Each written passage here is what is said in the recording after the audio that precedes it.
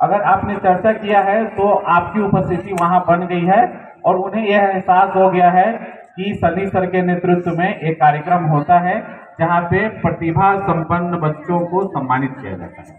यह अच्छी बात है। तो अगले कार्यक्रम में, मैं पिछले कार्यक्रम में भी यह सुझाव दिया था और मैं आया था उस टाइम, और इस कार्यक्रम में भी मैं एक सुझाव देता हूं कि जिन बच्चों को सम्मानित किया जाता है उनके गार्जियन भी उनके साथ आए, ताकि गार्जियन को भी एहसास हो कि हमारे बच्चे पढ़ रहे हैं और पढ़ रहे हैं तो मुझे उन पे इन्वेस्टमेंट करना चाहिए, खासकर लड़कियों के लिए। क्योंकि लड़की लोग 10वीं 12वीं पास कर जाए तो मुझे लगता है कि उसको पढ़ने का मन भी हो तो उसे वह सुविधाएं समाज के द्वारा या परिवार के द्वारा नहीं मिल पाता है जो अमूमन लड़कों को मिलता है। जी सर। हम लोग भी इसी समाज से बिलोंग करते हैं, हमको पता है, आपको भी पता है। सुविधाएं नहीं मिलने के पीछे बहुत सारे रीजन होते हैं। एक तो सबसे बड़ा रीजन है जो मैं पिछली बार भी बोला था कि इस क्षेत्र में बालिकाओं को तो छोड़ दीजिए, बालकों के लिए भी कॉलेज नहीं है, कोई जनरल कॉलेज हाँ ही सर, नहीं है। कॉलेज उस टाइम तो सांसद महोदय भी हम लोग के साथ थे, तो एक बात बनी भी थी।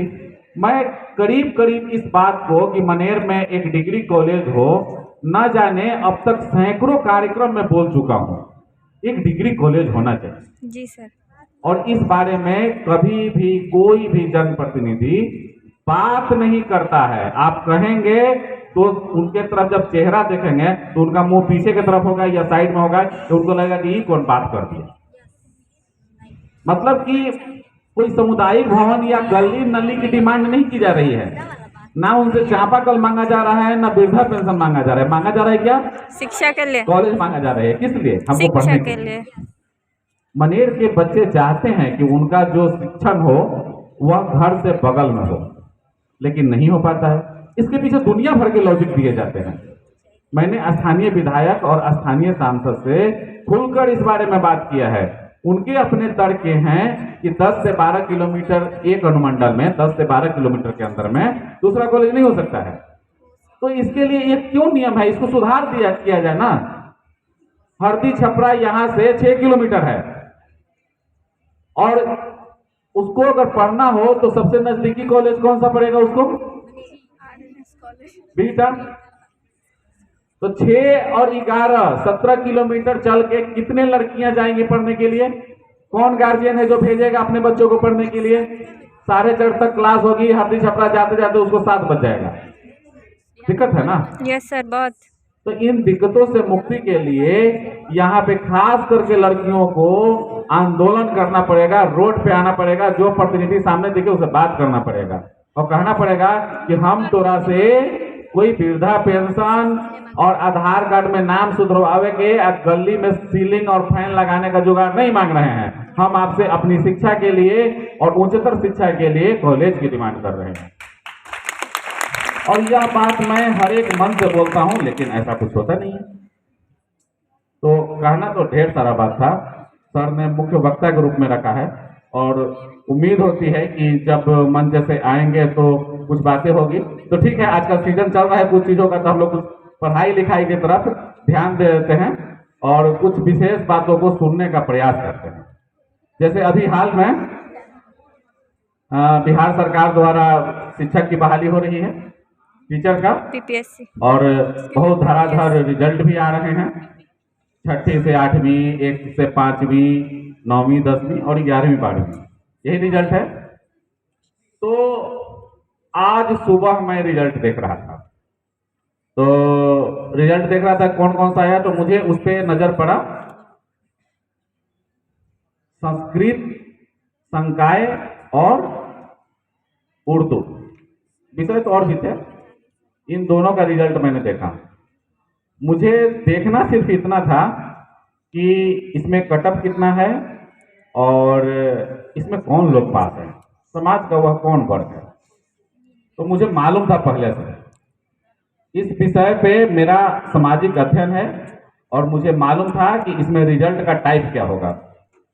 सबसे पहले मैंने उर्दू वाला खोला। मैंने देखा कि उसमें कितनी सीट है, करीब करीब सन्नी 1450 सीट।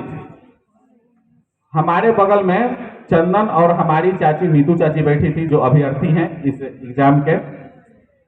मुझे मालूम था कि रिजल्ट में कौन लोग हैं। मैंने ऊपर से नाम पढ़ना शुरू किया तो सुधांशु पांडे, अमीश त्रिवेदी, सन्नी मिश्रा, रंजन चौबे। यह किसका रिजल्ट था? यह रिजल्ट था आपका किसका? उर्दू का। उर्दू। उर्दू सुनते ही हमारे दिमाग में यह आता है कि यह तो मुसलमानों की भाषा है, तो उर्दू विषय से भी पास करके वही मास्टर बना होगा। आप बिल्कुल गलतफहमी में हैं। 1450 से ज्यादा रिजल्ट में 50 भी मुसलमान नहीं है। आप ऑनलाइन चेक कर दीजिए।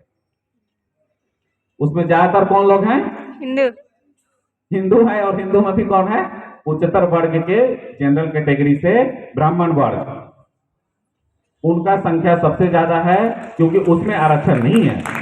आरक्षण अगर होता तो उसमें संस्कृत में कोई स्पेशल आरक्षण नहीं है। टोटल जो है आपका माने टीचर की वैकेंसी में आरक्षण है, नहीं तो नहीं, विषयवार कोई आरक्षण नहीं है। तो वहां पे कौन है जो बीएड किया संस्कृत से, कौन है जो सीटेट दिया संस्कृत से, कौन है जो एस्टेट दिया संस्कृत से, कौन है जो संस्कृत में बीए करता है, कौन है जो संस्कृत में एमए करता है और क्यों करता है? हमारे और आपके वर्ग के बच्चे क्यों नहीं करते हैं? और कौन है जो उर्दू कर रहा है? उर्दू तो मुसलमानों की भाषा अपने देश में मानी जाती है, लेकिन कितने मुसलमान हैं जो टीचर बने हैं? नहीं बने। तो कहने का मतलब है कि समाज का वह वर्ग, मैं किसी की शिकायत नहीं कर रहा हूं और ना ही मुझे किसी से प्रतिस्पर्धा है और ना ही मुझे किसी से जलन है। मैं इतिहास और भारत में जो व्याप्त सच्चाई है उससे मैं आपको अवगत कराना चाहता हूं। और आप तमाम लोग 12वीं और 11वीं पास हैं और मंच पे बैठे विद्वान लोग हैं, यह भी इस बात को समझ ले कि समाज में वह व्यक्ति या वह वर्ग या उस घर के लोग तरक्की करते हैं जो समाज की धारा के साथ चलते हैं।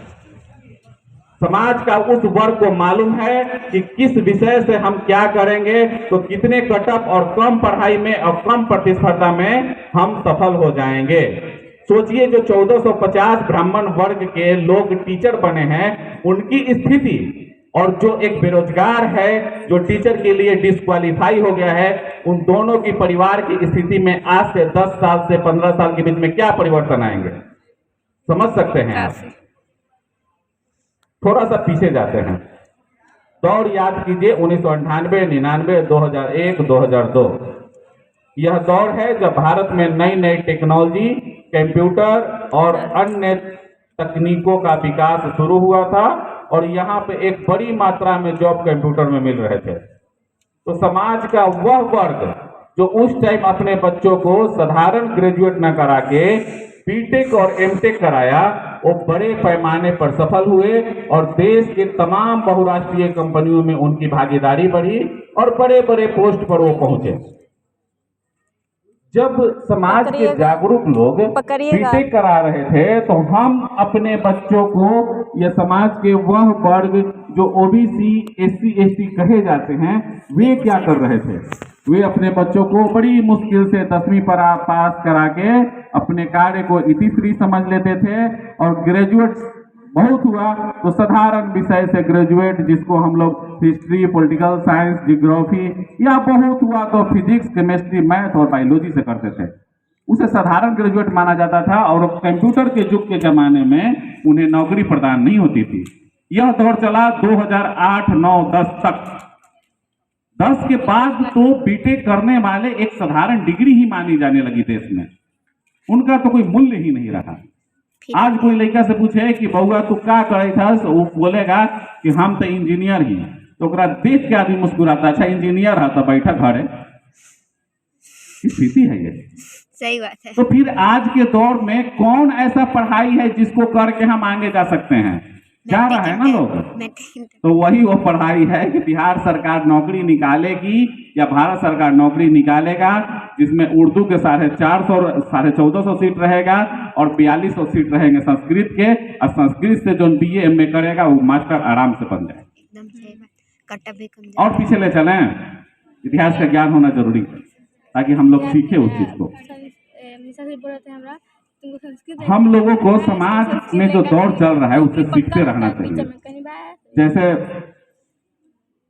यह हम जानते हैं कि पिछले 200 सालों में तकनीक का युग आ गया है और वो वर्ग या वो देश या वो जगह विशेष तरक्की किया है जो तकनीक से जुड़ा है।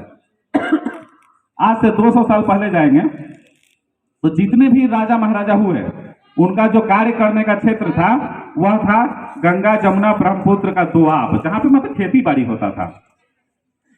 जहां पे खेती बाड़ी होती थी वही उनका क्षेत्र होता था कार्य करने का। और उसके बाद स्थिति बदली कि इंग्लैंड में और यूरोपियों देशों में औद्योगिक क्रांति हुई और जो औद्योगिक क्रांति में बड़ी बड़ी मशीनें बनी, उसने क्या किया कि मशीनों के बल पर काम करना शुरू किया और जो खेती वाला इलाका है यह दिन प्रतिदिन गरीब होता गया 200 सालों में, और जहां पे मशीन बने वो देश जो है और वो जगह जो है अमीर होता चला गया। यूरोप के सब देश धनी है।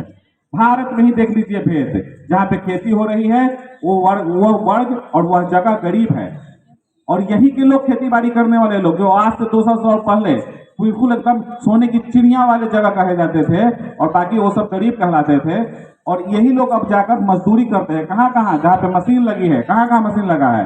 बंबई में लगा है, चेन्नई में लगा है, सिल्क सिटी बेंगलुरु में लगा है, हैदराबाद में लगा है, कोयम्बटूर में लगा है, गुजरात के 16 जिला में लगा है। ठीक है, और इधर गंगा से उतरते जाइए, उधर हरिद्वार से उतरते जाइए और ढूंढते जाइए और बंगाल की खाड़ी में डूब जाइए, कहीं नौकरी नहीं है। यह है खेती की स्थिति। और चल जाइए यूरोप में, सब लोग बहुत छोटे छोटे देश हैं जो बिल्कुल खेती बाड़ी से दूर हैं और विकास कर रहे हैं बहुत तेजी से, क्योंकि यह दौर उन्होंने समझा टेक्नोलॉजी को और उन्होंने बनाया। कि आपको मालूम है कि वॉशिंग मशीन इंग्लैंड ने बनाया, और जैसे ही आप एक वॉशिंग मशीन खरीदते हैं उसका 70% रॉयल्टी जो है इंग्लैंड को चला जाता है, मालूम होना चाहिए। तो इसमें सर एक दुर्भाग्य जोड़ दीजिए, जब वो वॉशिंग मशीन बना रहे थे तो हम अपने यहाँ गांव के गांव धोबी बना रहे थे। हंसे वाला बात नहीं है, शर्म की बात है। वॉशिंग मशीन बना रहे थे तो हम लोग भी तो अपने यहाँ कपड़ा धोए वाला वो समुदाय बना रहे थे ना, तो आप धोबी से धोइए कपड़ा, वॉशिंग मशीन से धोता था। अपने से धोबा तैयो अगर वॉशिंग मशीन खरीदबा तो 70% रुपया इंग्लैंड के जाई। इसी तरह से तमाम आविष्कार, जितने भी आविष्कार है, आपने फिनलैंड का नाम सुना होगा जो मानव विकास सूचकांक में पहला स्थान है उनका। Yes sir. वह क्या करता है, उसके यहाँ कोई दाल चावल गेहूं नहीं उपजता है, उनके यहाँ क्या उपजता है? उनके यहाँ उपजता है नोकिया का मोबाइल, और उसके दम पर वो दुनिया का नंबर 1 देश तो नहीं लेकिन मानव विकास सूचकांक जो खुशी का सूचकांक है उसमें वह पहले स्थान पर है। आपने स्विट्जरलैंड का नाम सुना होगा। Yes sir. वहाँ पे क्या उपजता है, कौन सी खेती होती है? वहाँ नहीं होती ना। आपने जर्मनी का नाम सुना होगा, कौन सी खेती होती है? नहीं होती है। फ्रांस का नाम सुना होगा, कौन सी खेती होती है? नहीं होता है। जापान का नाम सुना होगा जो अपने यहाँ से 1.5 रुपये किलो जो है लोहा ले जाता है और वो 1 किलो लोहा से हमारे यहाँ 1.5 करोड़ का सामान बेचता है। तो है ना अंतर। तो यह सब चीजें कैसे आई है, उधर मैं आपको ले जाना चाहता हूँ। वह चीजें आई है, सर ने कहा कि पढ़वा लिखवा तो वैज्ञानिक बनवा।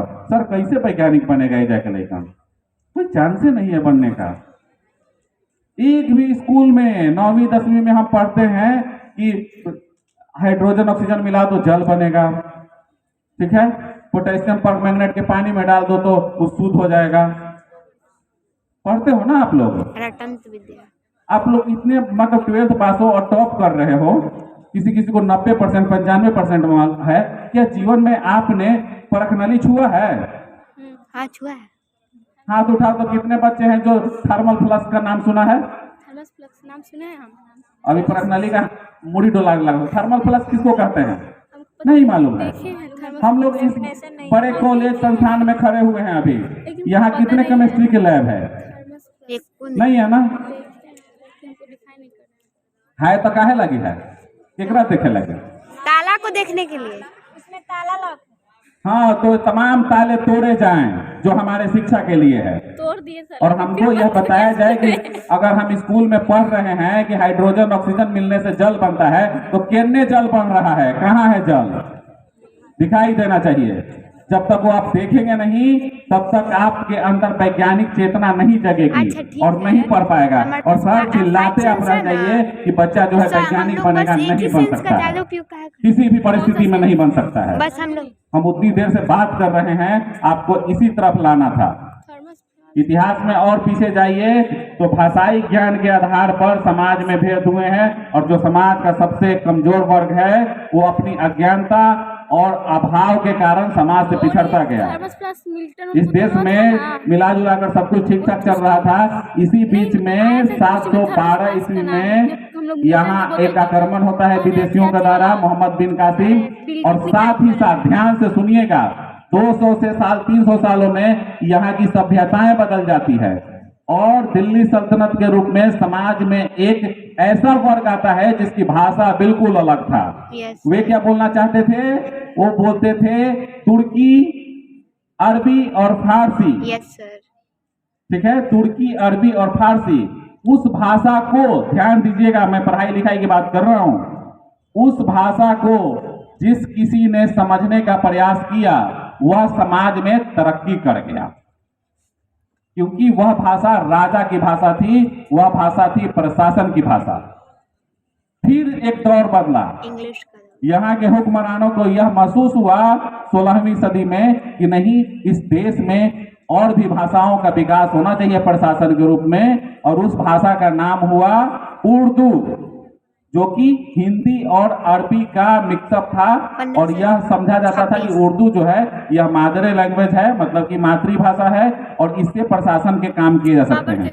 उस टाइम भी जिस किसी ने उर्दू का ज्ञान लिया वह तरक्की किया, और संजोग देखिए वह वर्ग भी कौन था? ब्राह्मण ही वर्ग थे। तो आप उनकी आलोचना करने की जगह आदरणीय मानिए, क्योंकि उन्होंने समय के साथ चला। फिर और पलटिए समय को, अंग्रेजों का समय आया, वो ना उर्दू जानते थे, ना अरबी जानते थे, ना फारसी जानते थे, ना हिंदी जानते थे। वो क्या जानते थे? अंग्रेजी जानते थे। तो अंग्रेजी जब सीखने की बात आई तो ब्राह्मण वर्ग तो अंग्रेजी सीखने के लिए लालायित हो गया, लेकिन मुसलमानों को लगा कि यह तो हमारी सभ्यता और संस्कृति के साथ खिलवाड़ हो रहा है। उन्होंने कहा आई डोंट लाइक अंग्रेजी, हमनी के सिर्फ उर्दू जानम सा, वही हमारी भाषा बा। फिर हुआ क्या? 200 सालों में वे प्रशासन से कट गया मुसलमान वर्ग, और जो पूरे देश पर कब्जा था, वर्तमान स्थिति में हम देख सकते हैं मुसलमानों की क्या स्थिति है। यह होता है समय के साथ नहीं चलने का अभाव। आज भी जो हम लोग बैठे हुए हैं समय से कोसों दूर हैं, हमको नहीं मालूम है कि क्या पढ़ेंगे क्या नहीं पढ़ेंगे, और पढ़ेंगे तो फिर इस चीज की कैसे तैयारी करेंगे, तो कैसे क्या हो सकता है। बहुत बड़े बड़े विद्वान लोग बैठे हुए हैं, सन्नी बहुत पढ़ता है, मनी बहुत पढ़ता है। अभी कुछ बातों को लेकर अफसोस कर होगा कि ये हो ठीक है कही दोबारा भले संस्कृत से बीएड कर लेती तो टीचर हो जाती। 54.6 कटअप है, ठीक ना। हमें कहीं तो संस्कृत में कहा जाता था ना कि कैसे पास हो, बहुत तो हिंदी लिख के स्याही छीट देवे तो अपने अन्य बिंदु पर सीधा पास हो जाए। मनोवृत्ति कहने का मतलब है कि संस्कृत हिंदी का ही लैंग्वेज है, ज्यादा फर्क नहीं है, ठीक ना। सीता अंति सीता था आनी आवा, बहुत बिल्कुल आसान है, ज्यादा मुश्किल चीज नहीं है। और उसमें 54 कटअप है क्योंकि सीट बहुत ज्यादा, ठीक ना। 3500 सीट है, तो अभी पढ़ाई में आ जाएगा। तो विषय का ध्यान रखिए। अभी आप लोग सब 12th पास हैं और अभी CUET का एग्जाम होगा मार्च में, अभी फॉर्म निकलेंगे जनवरी में, आप लोग भर दीजिए और केंद्रीय विश्वविद्यालय की तरफ प्रस्थान कीजिए। बाबू से लड़ाई करके, माई से लड़ाई करके कहिए कि ने मनेर बिहार के पढ़ाई से तो हमारा कोई काम न होई, हमारा के जाए पड़ी दिल्ली, ठीक ना। हमारा के जाए पड़ी दिल्ली, और दिल्ली से ही हम कुछ विशेष कर पाएंगे और बहुत आराम से एडमिशन हो जाएगा। सन्नी सर बैठे हुए हैं, दोनों सन्नी सर बैठे हुए हैं, मैं हूं आपके साथ। आप लोग जब फॉर्म भरेंगे तो बात कीजिए हमसे, उसकी तैयारी कैसे होती है, वो ज्यादा मुश्किल चीज नहीं है। और उतना नहीं कर पाएंगे तो समाज के साथ नहीं चल पाएंगे आप, और तमाम मेहनत करने के बाद भी आप बिल्कुल उनके साथ कंपटीशन नहीं कर पाएंगे, क्योंकि जिन लोगों के साथ आपका कंपटीशन है वो हाइड्रोजन और ऑक्सीजन में जल मिलते बनते हुए देख रहे हैं, और आपको तो दिखाई भी नहीं दे रहा है कि वह बनता कैसे है। उनको यह समझ में आता है कि कमानी दार तुला क्या है, आवृत्ति कैसे निकलता है, आवर्त काल कैसे निकलता है, आपको तो वह भी नहीं मालूम है। फिर भी यह मालूम है कि आवृत्ति काल के व्युत्क्रम को आवर्त काल कहते हैं। हाँ। मतलब इतना ही मालूम है ना, लेकिन जब इसको आप करते हुए देखेंगे तो सोचिए कैसा मतलब।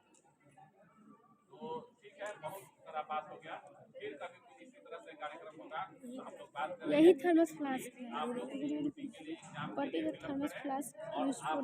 हमारी तरफ से बहुत बहुत डिफिनेशन मांगना? हाँ, डिफिनेशन ही मांग रहे हैं।